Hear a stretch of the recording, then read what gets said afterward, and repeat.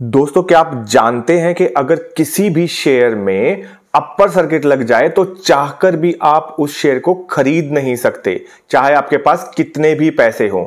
और इसी तरीके से अगर किसी शेयर में लोअर सर्किट लग जाता है तो आप उस शेयर को बेच नहीं सकते, चाहे आपके अकाउंट में वो शेयर 1 लाख की क्वांटिटी में पड़े हों, आप उसको बेच नहीं सकते। अगर आपको बेचना है तो आपको इंतजार करना पड़ेगा कि लोअर सर्किट उस शेयर से कब हटेगा। इसी तरीके से अगर आपको कोई शेयर खरीदना है तो आपको इसका भी इंतजार करना पड़ेगा कि ये अपर सर्किट कब खुलेगा। हाय फ्रेंड्स, मेरा नाम है हितेश सिंधु। मैं एक फुल टाइम ट्रेडर हूं। दोस्तों, मुझे ट्रेड करते हुए तकरीबन 15 साल हो गए हैं। ये मेरा चैनल है बंबई बुल, जिसके ऊपर एक आसान और सरल भाषा में मैं आपको शेयर मार्केट की बारीकियां समझाने की कोशिश करता हूं। इससे पहले मैंने काफी सारे वीडियोस बनाए हैं, आई एम श्योर आपने देखे होंगे। और अगर आप पहली बार मेरे चैनल पे आए हैं तो प्लीज आप सब्सक्राइब कर लीजिए। आप लोग सब्सक्राइब करेंगे तो आपको आने वाले वीडियोस की जानकारी भी मिलती रहेगी और डेफिनेटली इससे आपकी ट्रेडिंग नॉलेज इंप्रूव होगी और उससे आपके शेयर मार्केट में ट्रेडिंग भी थोड़ी सी बेहतर हो जाएगी। अब हम बात करते हैं सबसे पहले अपर सर्किट की। अपर सर्किट किसी भी शेयर में कब लगता है और कितना ऊपर जाने पे किसी शेयर में अपर सर्किट लग सकता है। तो दोस्तों देखिए, अपर सर्किट उस शेयर में, किसी भी शेयर में जब लगता है जब मार्केट में और शेयर बिकने के लिए ना बचे हों। ये तकरीबन लगता है 10% के पास जाके। अगर पहला सर्किट लगता है 10% पे, उस टाइम पे शेयर में ट्रेडिंग हो जाती है बंद। आप उस शेयर में नया ट्रेड नहीं ले सकते। अब ये डिपेंड करता है शेयर टू शेयर।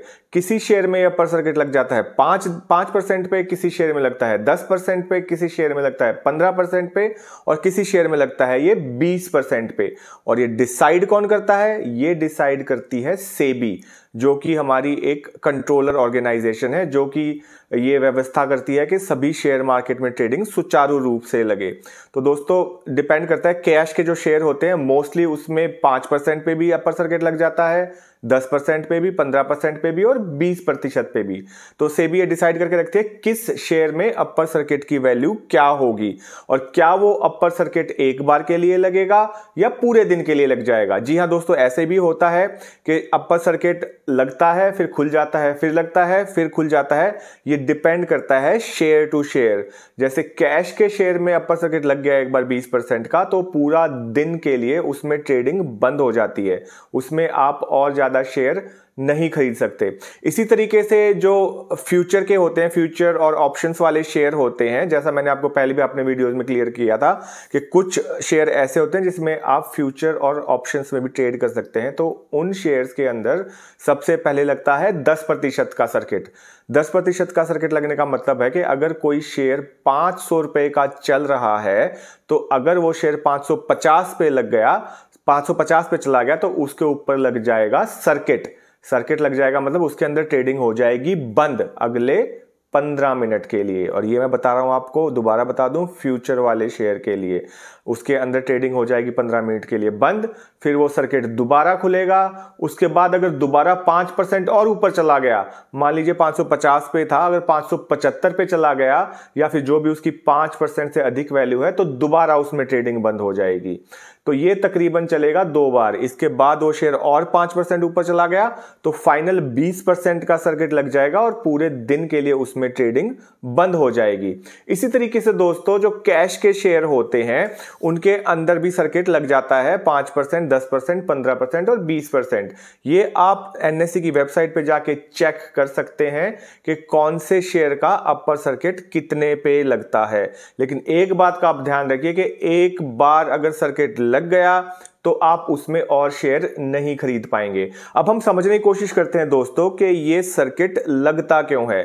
सर्किट लगने का मतलब ये होता है दोस्तों कि मार्केट में सिर्फ बायर्स हैं, मार्केट में सिर्फ खरीदने वाले लोग ही हैं, बेचने वाला कोई है ही नहीं। अगर कोई बेचने वाला ही नहीं है मार्केट में तो आप शेयर खरीदोगे किससे? इसी वजह से उस शेयर में ट्रेडिंग बंद हो जाती है। और ये अपर सर्किट दोस्तों हमेशा लगता है जब कोई ना कोई बहुत अच्छी न्यूज आ जाती है किसी शेयर के अंदर। जैसे कोई कंपनी किसी छोटी कंपनी का अधिग्रहण कर लेती है, या फिर कोई किसी का केस सॉल्व हो जाता है, जब भी कोई अच्छी न्यूज आती है उस केस में ही मोस्टली अपर सर्किट लग जाता है, क्योंकि जैसे ही कोई अच्छी न्यूज आती है सब लोग वो शेयर बाय करना शुरू कर देते हैं और मार्केट से सारे शेयर खत्म हो जाते हैं। तो इस वजह से लग जाता है अपर सर्किट। अब हम बात करेंगे लोअर सर्किट की। जैसे अपर सर्किट बहुत इंपॉर्टेंट है, उसी तरीके से लोअर सर्किट भी इंपॉर्टेंट है। अगर दोस्तों लोअर सर्किट लग गया तो आप उस शेयर को बेच नहीं पाएंगे, भले ही आपके पास 1 लाख शेयर पड़े हों, 2 लाख शेयर पड़े हों, 1000 पड़े हों, 100 पड़े हों या 10 पड़े हों।